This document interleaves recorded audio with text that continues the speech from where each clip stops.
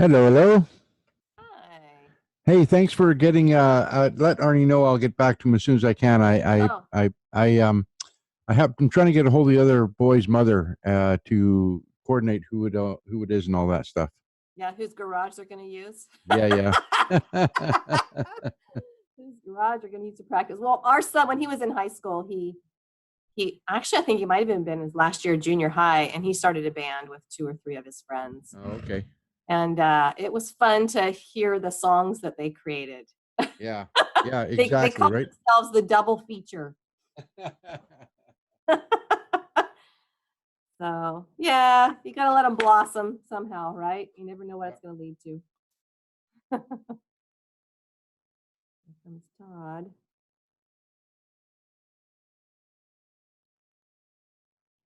Check 1, 2, 3. Hello, hello.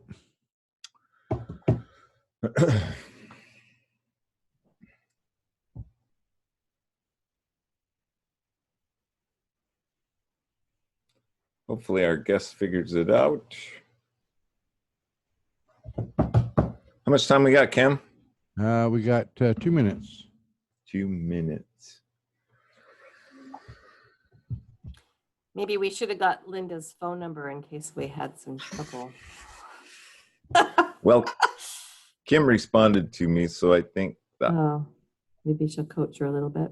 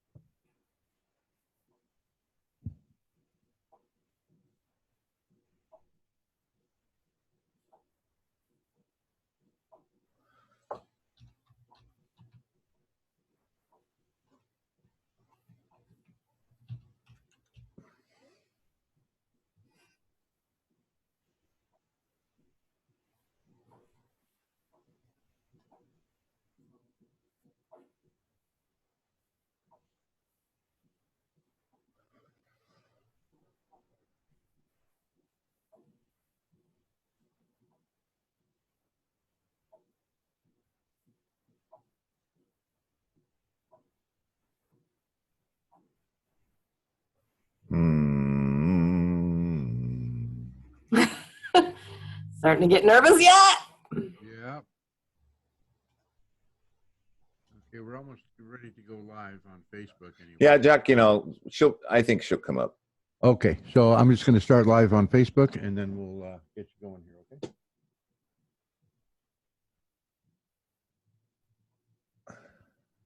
And you're live on the radio, too. Radio.com are those of the guest hosts and callers, and not necessarily of this station, its management, or other advertisers. This is ContactTalkRadio.com. Consciousness in action. And you are taking action into your consciousness by tuning into Contact Talk Radio. And on TuneIn.com, Ping.fm, and UpSnap Mobile. Contact Talk Radio.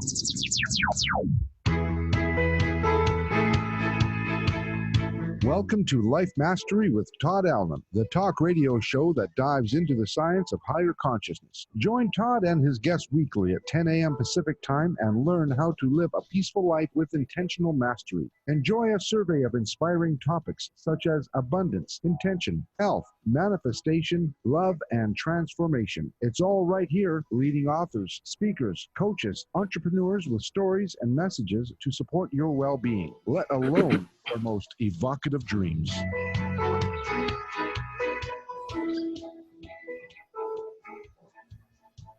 Hey, it's another groovy day, and guess what I'm doing right now? I'm trying to connect with our guest. Hold on, I think somebody. Todd speaking. Oh, yep, we're on, Linda. Just go ahead and join whenever you get a chance. If you go to your face. Technical difficulties, folks. Please stand by. It's a different link. There's 2 links. There's the link to the green.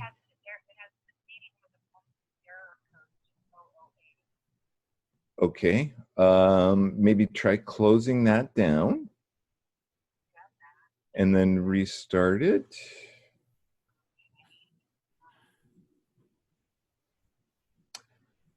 Welcome, ladies and gentlemen. Master Radio, the talk show. Maybe Jackie. Jackie, you know what? You can open up the show. Hey, folks. This is Jackie of Todd and Jackie here on Life Mastery Radio. And technology is great when it works, but when we have troubles with it, it can really put a wrench into things. Linda, what's your email address? We're trying to connect with our guest now. She's from Oregon.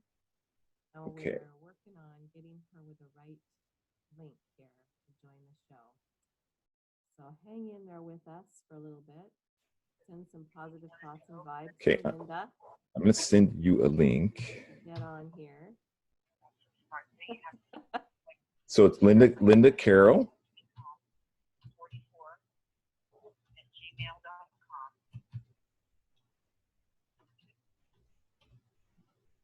We've had a couple of people join our Facebook online. Okay. Hey, Linda Barney. Carroll, Hi, Linda. 44, And email.com. Ish. I'm going to send you a link. Great to have you guys with Follow us. that link and see if that works.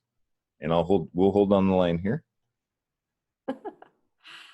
Well, Jackie, so let's see what's going on in Jackie Land. How's that nonprofit working? Our nonprofit's going pretty well. We have made some inroads with some school districts that are starting to work with us a little bit, and kids are starting to come from that place in the world to join us Look for at classes that. and There's so Linda. forth. There's Linda. Yay!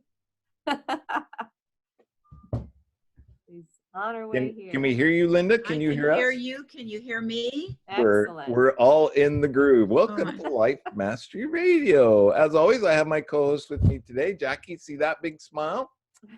And we have our very special guest, Linda Carroll. And Linda was on the show back it was 5 years ago on February 8th when her first book, was that your first book, Linda? It was my first book about relationships, yeah. First book about relationships came out, and it was called Love Cycles.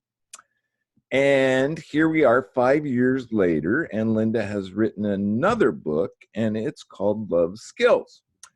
And I'll just introduce her. Our guest today is Linda Carroll, and she is the author of Love Skills and Love Cycles. While she has worked as a therapist and couples coach for over 3 decades and has acquired numerous certificates and degrees along the way, she says that her own research and development of her 35-year marriage is the primary source of her knowledge when it comes to the cycles of love. And Linda lives in Corvallis, Oregon. And the book we're talking about today is Love Skills, the key to unlocking lasting, wholehearted love. Well, Linda, welcome back to the show. I think it's really cool. It's 5 years later and right around Valentine's Day, and you released this book intentionally, I'm sure, on Valentine's Day. That's well, my cool. publishers did. Yeah, that's right. I thought it was a great idea, so we did it. So, Linda, when Love Cycles came out, did you have Love Skills in mind? Well, it wasn't exactly like that. I've been teaching a program called Love Skills it had different names, but for 25 years, for many years with my husband and then with some friends.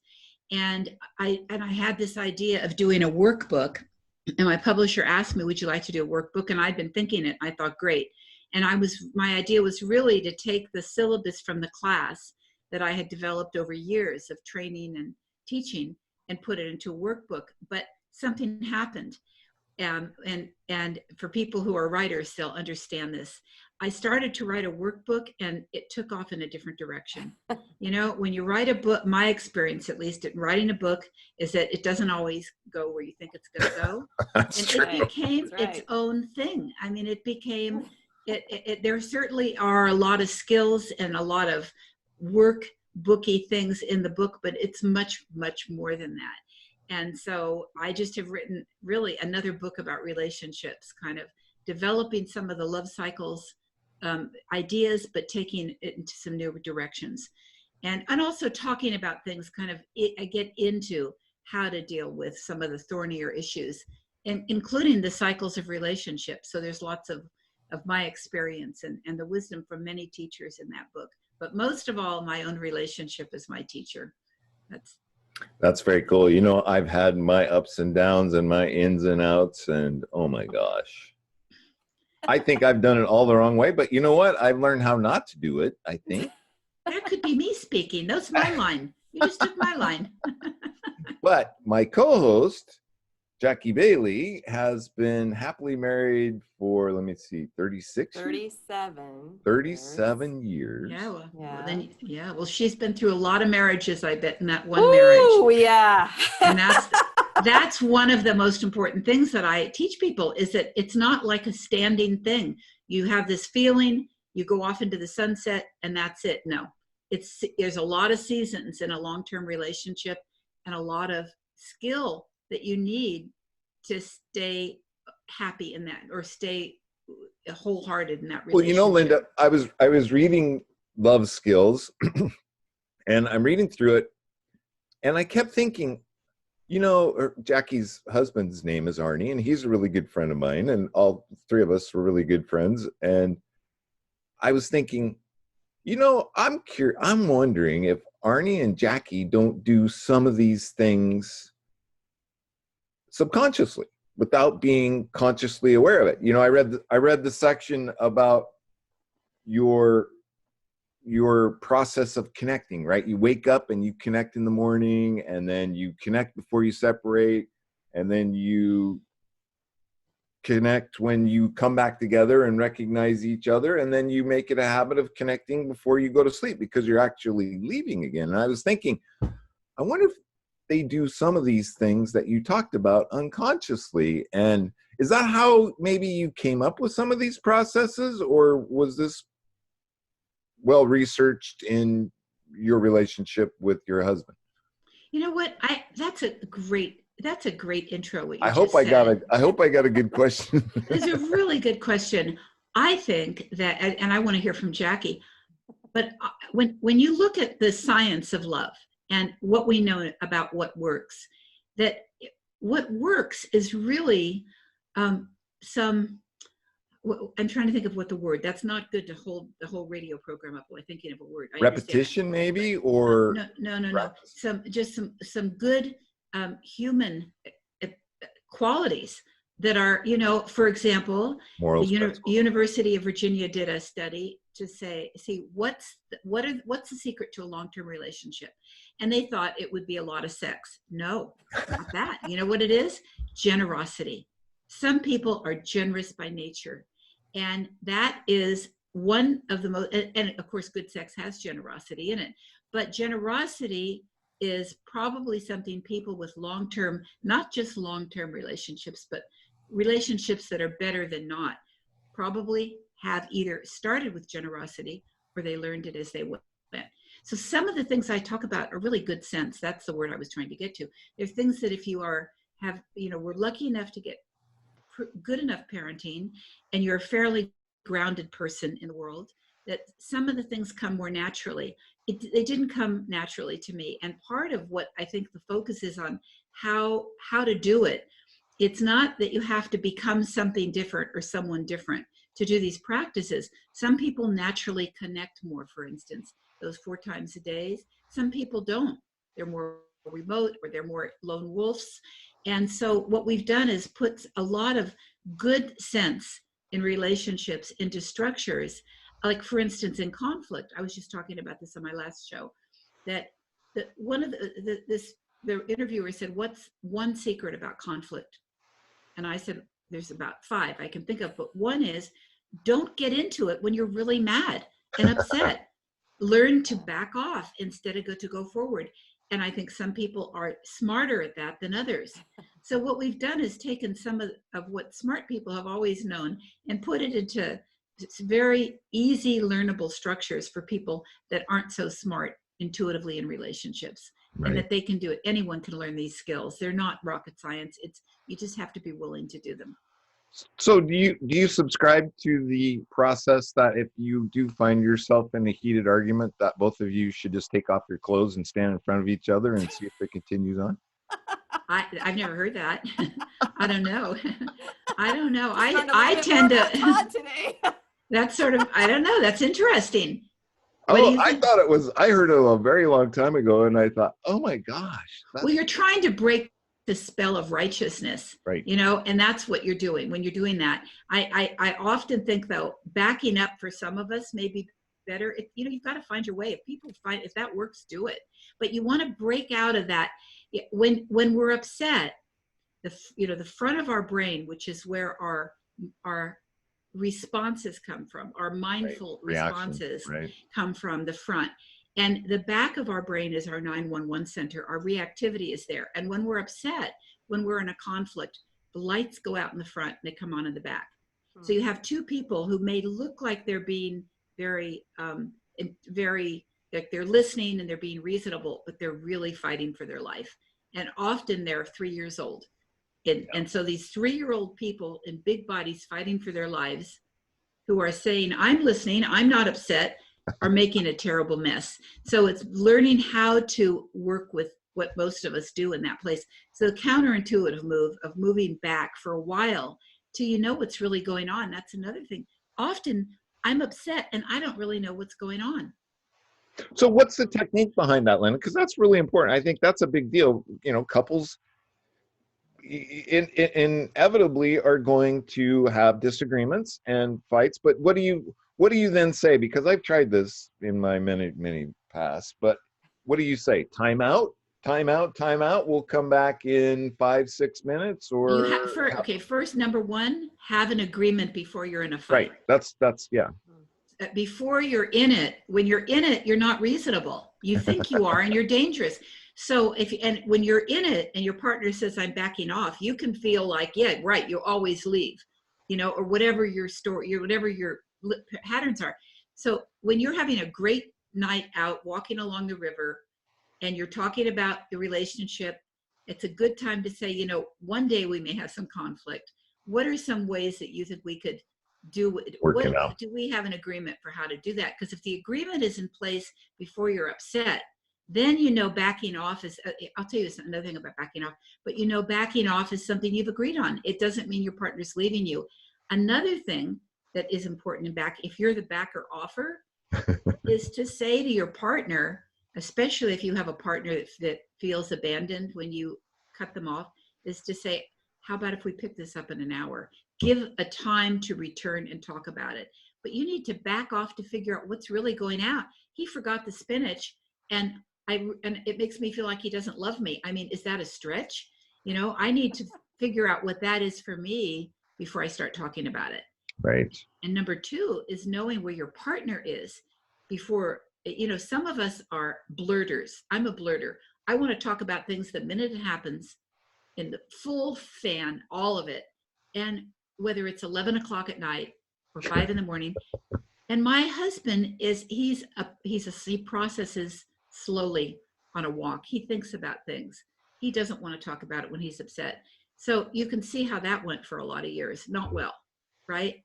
Remember that it was a terrible cliche, never go to bed mad.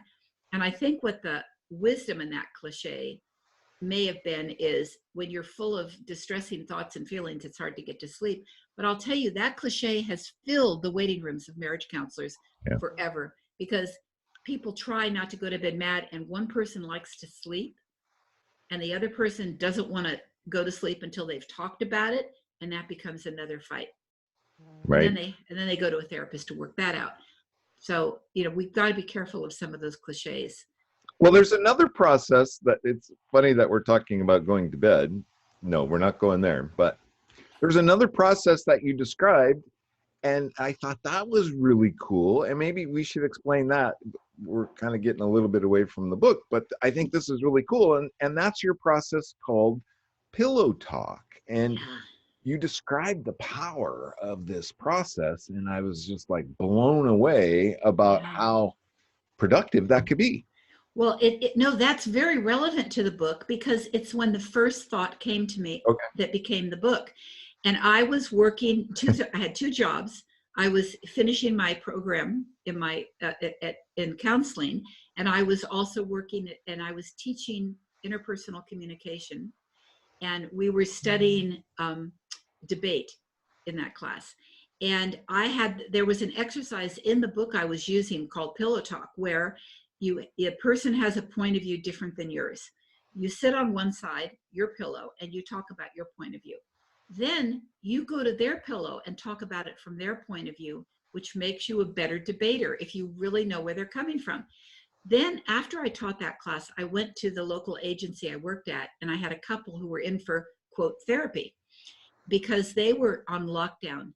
They were ready to split, and they had a pretty good thing going, but they had an issue around money, and they couldn't work it out. The guy believed money was a means to pleasure, and he had no doubt that he could always make more. He just had it, he spent it. The woman believed money was security from starvation, and you find your pleasure in ways that didn't cost. You can imagine, like they were together a lot of years. They were really ready to leave each other, and they were fighting, and they had been with another counselor who couldn't work with them. They gave them to me. They always give the new person the hardest people. And they started screaming immediately. They came into the room, they start screaming. Oh my goodness. About their point of view.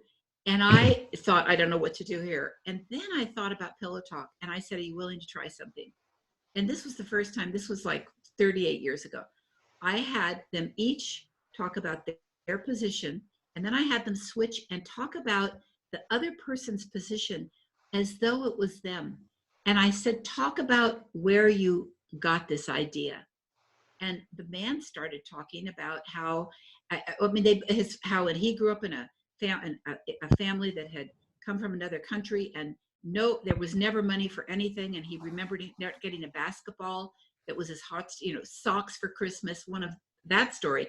And the woman came up in a family where her father was a dreamer and her mother was a dreamer, and they were always starting things, spending lots of money they didn't have, until finally they practically ended up homeless. And when they got each other's story and they got each other's differences and they talked about it from the other person's point of view, they started laughing. And here's the thing, two things that are important. That is such power. It's power. They didn't change their positions. They didn't become each other, but they had empathy for each other. Right. And they realized the other person wasn't bad or wrong. And so that's where it started. And then I remembered, and I thought, gosh, I bet if couples learned skills, they wouldn't need therapy, a lot of them. And that was the first thought. And then the second thought came when I was in a power struggle with my husband, really a hard one, and in a public place where I was the marriage counselor, and we were the teachers of this relationship class. And we were on a walk, and he decided to tell me he had decided that after we had 3 dogs, when they died, he didn't want a dog. And I went crazy. I mean, it was not a nice scene. And we calmed ourselves down, but we got into it. We calmed, and we came home. And I said, I remembered this idea. I said, maybe we should try this. And he said, okay, because every time we talk about it, we'd get into it again. So we did it, and it was really powerful. He talked about being a vet for 50 years and going through dogs' lives and having to put them down, and the dogs he'd put down, and our dogs were old, and how it broke his heart. That was not what I thought he was about. And I talked about my experience about dogs and what they are to me. And at the end of it, we didn't change. He felt done, and I felt like I wanted to get a dog before the dogs died, so I'd always have one. Because dogs to me are like money in the bank. I don't care about the money in the bank, but I care about a dog. But we decided we wouldn't do anything for a while after they died, and we would just let it be.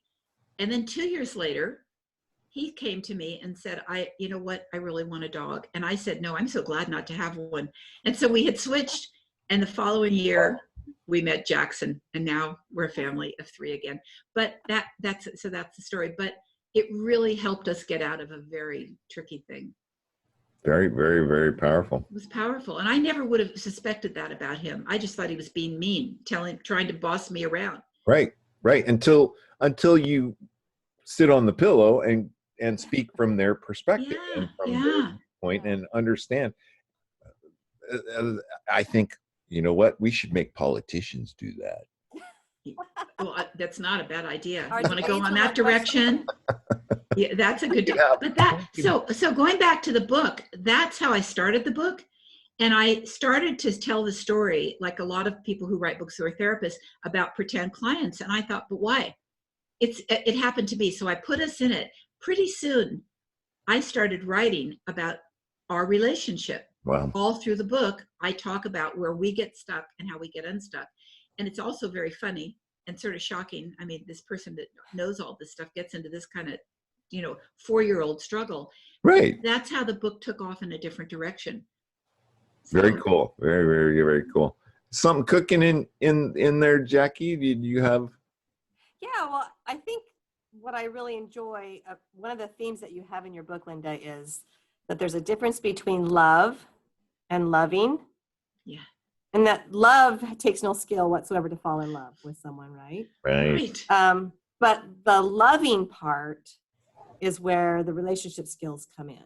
Can you expound on that a little bit? Yeah, love is a feeling. I had it at 11. You don't have to be educated, bright, smart, have self-knowledge, or have restraint. I just felt it. And I think that I was a little Catholic schoolgirl with no clue about this stuff, except from movies. And I met a boy, and I had the cocktail, the romantic. I got hit so huge, and often I remember, and I've talked to many clients who were addicts, and they talk about the first time they had a drink, which was, the first time I had a drink, I got sick. It was, it's like, I thought, I don't like this very much. Jackie's never had a drink. Never had a drink in her life. You've never had a drink. Never had a drink.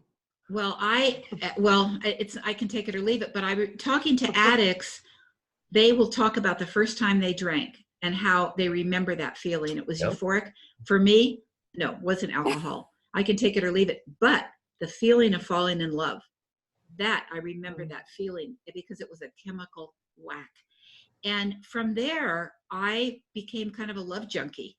And I did not pay attention to how I selected people. I just wanted the feeling. And that was pretty disastrous for a long time. So when I finally got to, after a lot of personal work and understanding how I selected these disastrous relationships, and I got to the relationship that I knew was right, I still didn't have the skills. I still had the feeling. We had so much love.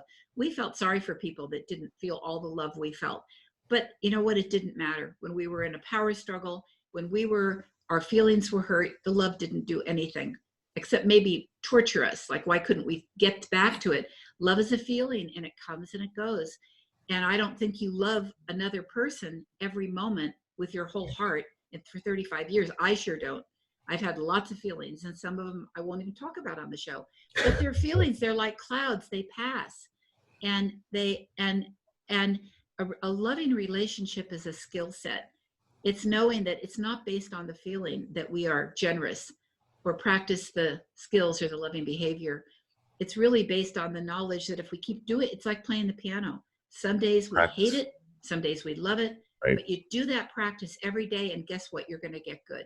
Yeah, and we don't come into this world, Linda, with the instruction book, right? That's where your books come in real hand, is to at least plant the seed in people that this is how it works, and this is how it's worked for me. I think that is so cool, because this is your story. This is what worked for you, and this is your process that you've developed over the last, 35, 40 years. Yeah. Well, thanks. Yeah, I'm really glad. I'm so excited to share it with people.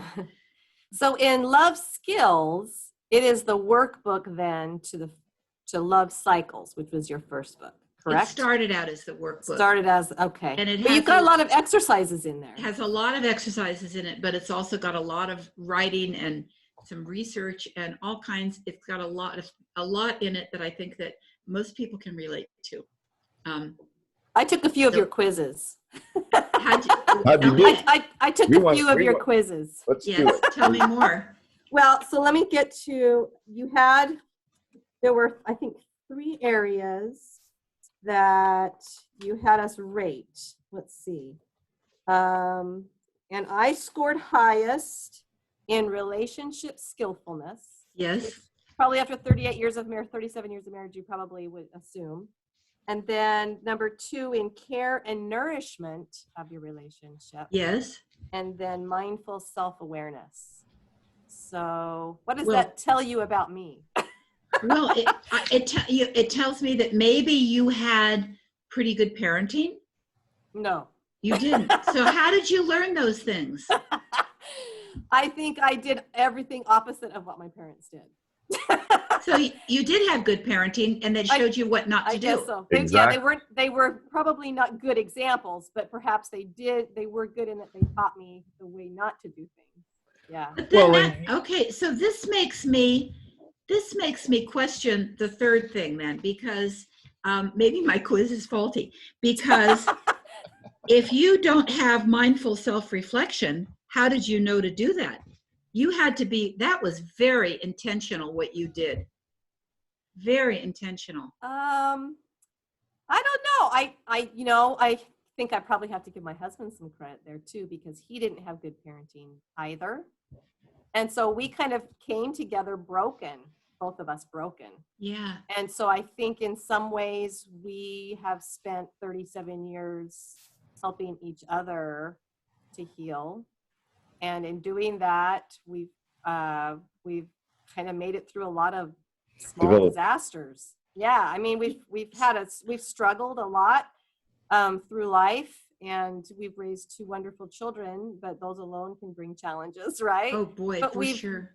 We had an agreement early on in our marriage that we would never have an affair on the other, and that if we ever considered it, we would first talk to the other one and tell them how we were Fantastic. feeling. So that we Fabulous. made that agreement early on, but That's good ground rules. See, then, Right. then when that came up, yeah. But here's the part about that shows mindfulness is that you didn't say, we will never, ever want to. Right. Because people in that idealistic first phase don't know what kind of things they're going to do in their life. And you had the wisdom to say, if we ever want to, we'll talk about it, which means you have to be prepared to hear it. But Right. I think you showed a lot of mindfulness. And I think I would say that neither my husband and I had good modeling, but we didn't know what to do instead. You know, but you also are talking about another part in the book, and also in the work that I do and that I teach, is that there was something wise about your selection. See, I didn't do that until I was 40. I selected poorly. Yeah. And I think we have to, that's why I'm not a person who says all marriages should be saved. If you selected somebody that isn't right, doesn't have the capacity, isn't right doesn't mean you're going to love them all the time. Right. It means they have the capacity to do the work. Some people don't. This is the interesting part about how our relationship formed, is that we lived in different states. I was 16 and he was 18. And we were set up on a blind date. Right? Yeah. And then he went away for a year and a half. He went and lived in Thailand for a year and a half before we got married. I was still 17, 18 years old, so I was still in high school. But we wrote to get to each other every week. Now I don't think we were necessarily in love when he left. I think we were just really good friends. But by writing to each other every week for a year and a half, we learned about each other without that constant, romance that sometimes can be expected. And so then when he returned home, then we knew each other really well without having spent more than probably 10 hours together total.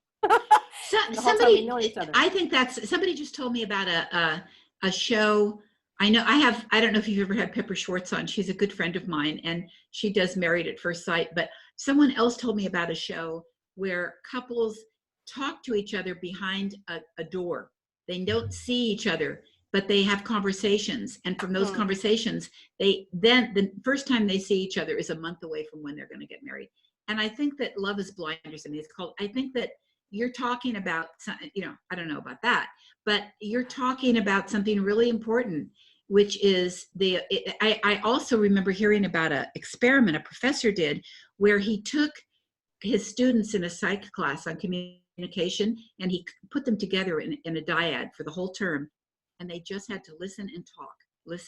And at the end of the term, half of them were in love with each other. They were going off to the sunset, because there's something about when you have that chemistry that's so potent and you're in each other's presence, it's all you can think about.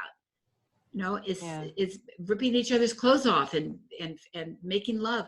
But when you are, and you don't get to know each other, and that in some ways, it's, although that feeling is very important, what's more important is who is the person. Linda, I had kind of an experience like that. That was exactly what you're talking about. And I'll just make it really short. But I met this woman. She lived in Texas and I lived up here in Seattle. So there was great distance. And it was just, we met at a conference, but we talked every day for at least an hour. And then we ended up going to a couples get together or something. And they did this game. Called the dating game, right? Okay. And we were up there on the dating. Here we'd only been together maybe less than a year, but we knew so much about each other that we won the game. Here were That's couples. so interesting. Yeah. But I think my point is what you guys were talking about is we talked every day about whatever. And I don't think that when we were together, we had those kinds of discussions. Well, in the book, I have a whole thing on listening, and I have exercises people do where they listen and mirror. And there's several sheets. And one is, for example, things I love to do as a kid. And you don't have a conversation. You just listen. You say back what you heard. And people have told me those exercises, right. People have been together for years, brought each other to such new understanding with each other. Like, who are you? What? This is another. I remember another dog story. Is that when I married my husband, who was a vet, and I had a story about, and I met him as a vet 10 years before that, and I had a whole story about who he was as a vet. And so when we got married, what's the first reasonable thing to do? Start a rescue for dogs. And tell him how wonderful it is that we're going to do Malamute rescue. I love dogs. He loves dogs, and he's the vet. So I started bringing home these dogs, and he went crazy. Yeah. He said, this is so like, and they came, Malamutes. I mean, of all the dogs, right? They tear the house up. They pee everywhere in the house. And these crazy, they are all trying to get back to Alaska. But this was real trouble. I mean, we spent a lot of money on therapy over this. And I did stop, but I was upset and resentful, and he was resentful, and we spent a lot of money on furniture, rebuying it. And I thought, why marry James Harriet if you're not going to be able to save all the dogs in the world? We'd go to places like Mexico, and I'd say, oh, look at the dog. She's pregnant. Let's bring her home. He'd say, I don't want to bring a pregnant dog home. We're in Mexico. And, there it would start. So we did this listening exercise from the Imago training I had with Dr. Harville Hendricks and his wife, wonderful training in mirroring. So we had to do an exercise we asked a question, and then the other person would answer, and then instead of responding, we'd say, tell me more. So I said to him, why did you become a vet? And he said, and this was long after, we'd gotten past that. He started to talk about how he loved surgery. I was blown away, and how he loved science, and how he'd always loved dogs, but he was so taken with the medical part of it. And I was so shocked. I thought he was going to say to save all the dogs in the world. Because that was your vision, right? Because it was me, and I thought he was me, and I had a story about him. And when we were done with it, I remember we were driving back from Seattle where we'd done the training, and I was just blown away. And because I'd always seen him as a dog lover, which he is, but it never occurred to me that he would have any other reason for being a vet than to go to Mexico and save the dogs. And that was not his calling, that was mine. And what a lesson that was. So I put that in the book, and I put the exercise in the book, what people can do. The longer you're with somebody, sometimes in a way, the more dangerously you think you know them. Right. But if you really learn how to listen, you find things out every single day, because we're all always changing and growing. So when people say, I know my partner, I think, okay, that's where we start, because you know who you think they are. Right. But you don't know. Go ahead. Well, I was just gonna say I want to take a minute. Linda, we didn't prep this before the show, but do you have a copy of the book handy? Yeah. There we go. Because we just Good. have the PDF. There you we go. go. Cue Linda, hold up book. Yay. And you know what? I Love always like cycles. I like There it to is. surf around, and this book just came out Friday. February 14th, Valentine's Day. And I surfed around a little bit, and there's already comments about this book, and I found this one, and I'd like to share it with you. And this is what it said. It said, "Love skills have given me new hope for lasting love and remarkable tools for cultivating the relationship that I long to be a partner in. For people currently in relationship, Love Skills is chock full of profound information for every stage of love. For single folks, Love Skills should be required reading." There we go, the instruction booklet, before every first kiss. So read the book before the kiss. Linda, when you hear stuff like that, does that make it all worth it? Yeah, it does. I love that. I love that. So you know what? I think the writer is somewhat right that if we could learn this stuff in junior high, you know, it would help some, not totally, because those feelings are so powerful, but it would help some. You know, people could learn them a lot. One of the things about the Love Skills is that they work with all our relationships, not just with a partner, but they work with our families, they work with our friends. You know, most of us are not taught how to manage conflict or how to really listen. I think that so I think it would be great to, good. Before you kiss, to have some kind of a... Read the book. So Linda, what are the love cycles? What are the cycles that we find ourselves in? The cycles are very much like, I think that they're very much like the cycles in nature. You know, the merge where we fall madly in love. And in that state, there's we know now there's chemicals involved, brain changes in the merge. We feel like we found our other half. And it changes how we miss red flags in that stage because we're so into the good, juicy feelings. The power struggle comes second, where we doubt that this is really the perfect person. And we're right, because there is no perfect person. And all the things that we thought that we fell in love with, we start to get annoyed by those qualities. We get into what I call loops. I go into that a lot in the book. You know, couples have the same loops over and over and over, same struggle, same issue, or all paths lead to that issue. And in the third stage, we're really disenchanted. We're enchanted in the first one, but this third stage is we're disillusioned. And there's some hard moves there. It's where a lot of affairs happen. It's where a lot of shutdown. People get into work and just to get away from each other. They think about being out of the relationship. And often that's where they come to me or other love coaches or counselors. Although I'm happy to say that lots of people now come before they get to that stage, and that's great news. And then people say, what should I do? Should I leave? Should I stay and be in parallel lives? That's the fourth stage, the decision. And I say, do the work and then decide. Figure out how you got here.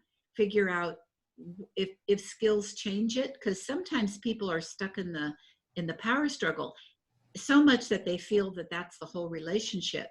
And when they get out of the power struggle, they're back in the goodness of what they're together for. What they first saw comes back.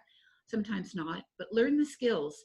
The last stage is wholehearted love. And part of that is unlike the first stage where you feel you found your other half. In the last stage, you know there is no other half. It's in you. Yeah. Your job in this world is not becoming another person or having them complete you. It's really completing yourself. And if it's true that when we die, our life passes before our eyes, which I don't know if that's true or not, but for some people, their partner's life passes before their eyes. That's not good news. Excuse me, for self-reflection. So I think that, I love what Ram Dass says, we're all just walking each other home, because the truth is we all leave each other. I'm at an age where people are dying. Excuse me. Why don't you talk? Because I'm going to cough. Sorry.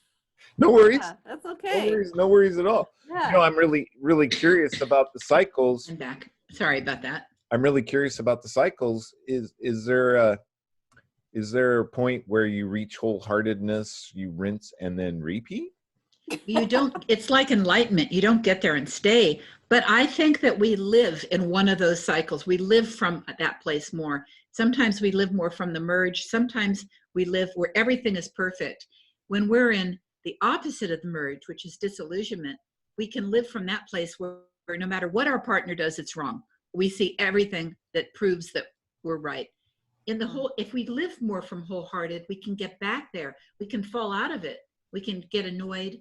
You know, my husband is gone for a few days and I just went down and found something he said he'd do, he didn't do. And I felt this insanity, rage come over me. Like, I can't believe he did this. I could, you know, and then I was able to see something he did do that he hadn't said he was going to do that made my life easier while he was gone. And I started laughing at myself, how quickly I got mad. But that's, you know, I wasn't wholehearted in that moment.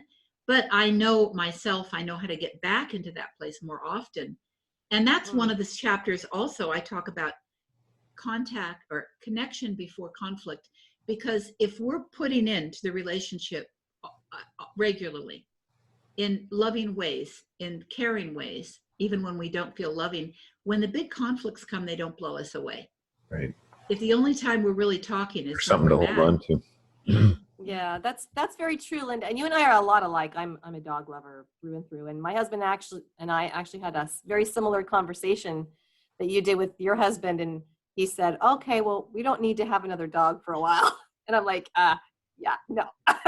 That's how so we're a lot alike. But I you're remember right. this. This was like 3 years ago. It was actually about 7 years ago when we had two dogs that died within Right. 6 months of each other, and Right. I was devastated. Was it that long ago? Oh my It was God. that long ago, but we went because he said no more dogs, and we went. I For remember 2 that because you years. were devastated. I was. He said for 2 years we're not getting another dog, and then all of a sudden it was his idea Right. that we get a dog. We ended up adopting 2 dogs from a shelter. yes. So that we're like that way. But you're right. I think because of all the challenges that we've gone through, when something else comes up now, it's another challenge. We've learned so much from that, and we've learned to deal with it together so much that instead of going, oh my gosh, what are we going to do about this? It's, well, this is the next thing. Yeah. Right. This is the next thing we Right. deal with. Right. And that's our attitude now. And that's that maturity of that relationship that gets to that point. And I took your quiz about which cycle I'm in. Yeah. Yeah. And it's interesting because I scored, I think the highest points were 50, I think. So I scored a 46. That was my highest point in stage 5, which was that wholehearted. But then I also scored about 44 in stage 4 and a 43 in stage 3. So I don't know if that means I'm kind of cycling in and out of a couple of them. No, I think times. it probably means that you see what's not perfect and you're really aware of it and that you understand your loops, but that you accept that. I mean, wholehearted is not unconditional soulmate love into the sunset. You know, where people are annoying. And as we get older, there's other troubles that happen. Oh my gosh. You know, and so you don't get like, oh, it's all, here we are, you know, and then you're with somebody who won't put their hearing aid in. I mean, and you want to kill them. I mean, that's right. Where, you know, it's like every stage of life has different challenges, right? And we don't just go off into some divine la la land like the movies and some of the songs say. You know, in every relationship, there's trouble. There are times where you feel really compatible. And there's times you think we don't share anything. My husband and I have this expression, everything. And we got that. And now at this moment, we're laughing, but we won't again. But it was during a time where we couldn't think of anything we had in common. Nothing. And whatever it was like, do you want to go to dinner? No. I want to cook at home. Oh my gosh. You know, I want to go for a walk. No, I want to go to a movie. And everything was wrong. But we laughed about it. And because I actually wrote a blog for Mind, Body, Green. I write for them a lot. And it was communication is overrated, and so is compatibility. Sometimes what gets you through is just being kind to each other, because Right. there's nothing Mm. else you have in Right. common for that week or month. And then it's like you come back up to, oh, there you are. I remember you. Right. Yeah. So that leads me to a curious question then, Linda, because I was thinking about it and reading your book and taking a look at it. Have you ever come to a situation where your teachings, your understandings just would not work? I mean, in a world today where it's so easy to just separate, get a divorce, and move on, Yeah.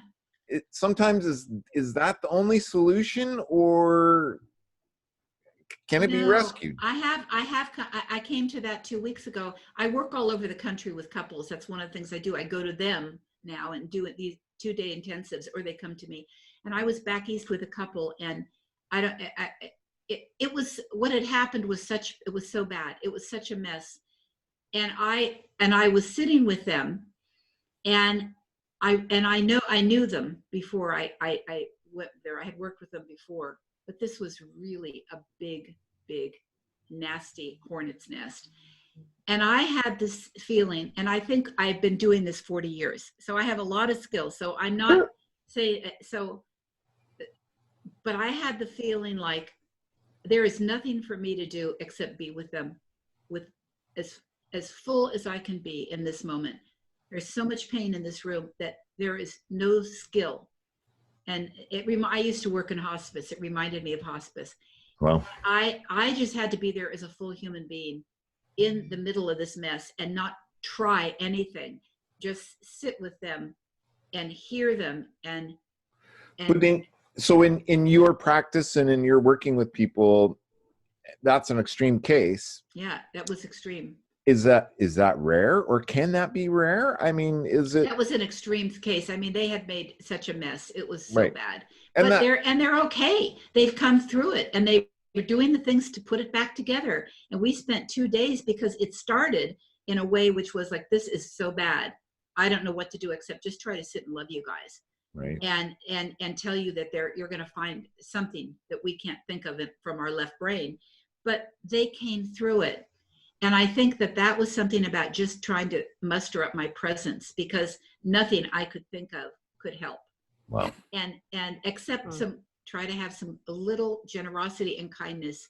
And for me too, it's like somebody dying, what can you do to stop it? Nothing. You can just sit there and be in it. So that's one time. But here's another thing that I don't know what to do. When somebody won't stop blaming their partner, and they won't stop, and they can't get it that they have anything to do with it. And I actually recently just said to a couple, I had seen them for a long time. It never stopped. One of them was convinced that they had no part in anything that went wrong. And I finally said, I don't know how to work with this. This is not my skill set, Wow. And I said, I didn't want to refer them to anybody because no one would thank me. So I just said some places they could find help. But I just thought, I don't have time, and they're wasting money, and I can't help them if they're not able to say, where am I a part of this? Right. I can't do it. Oh my goodness, ladies, we just have about 5 minutes left. Linda, oh my gosh, you're going to have to come back, my dear, because there's so much more we can talk about. Maybe you could hold up your book again and show everybody the book. Yeah, here it is, Love Skills. Love Skills. Anywhere. It's the instruction manual you weren't born with. That's right. I love that. That's a great. And before you kiss a dude, or before you kiss a girl, you got to read this book. That's the law. That's the new law. Linda, I know that you're starting, it's a different world we live in today, and you've got this whole Facebook group that people can join. Yes. Why should I join that group? Because if you're reading the book, well, actually, I'm creating an online course. This is the precursor. But if you're reading Love Skills and you want to be with other people who are reading it and ask questions, and I'm going to get in that page every day and also give some exercises, and I'll join in. It's to help people who want to get through the book and want sort of ongoing support as they do it. So that's on my website too, which is LindaACarroll.com. Linda A. Carroll at .com. .com. LindaACarroll.com. So Linda, we talked about many things. I definitely want to have you back. This has been Thank you. Did you have fun, Jackie? Isn't she Oh, cool? yeah, absolutely. That's great. I think there's Like lots. I said, Linda and I are kindred spirits. Yes, Sevens who loves dogs. I mean, anyway, Absolutely. yeah. Yeah. And she's a tortoise mama. Do you like tortoises? Yes, I have Linda? a tortoise.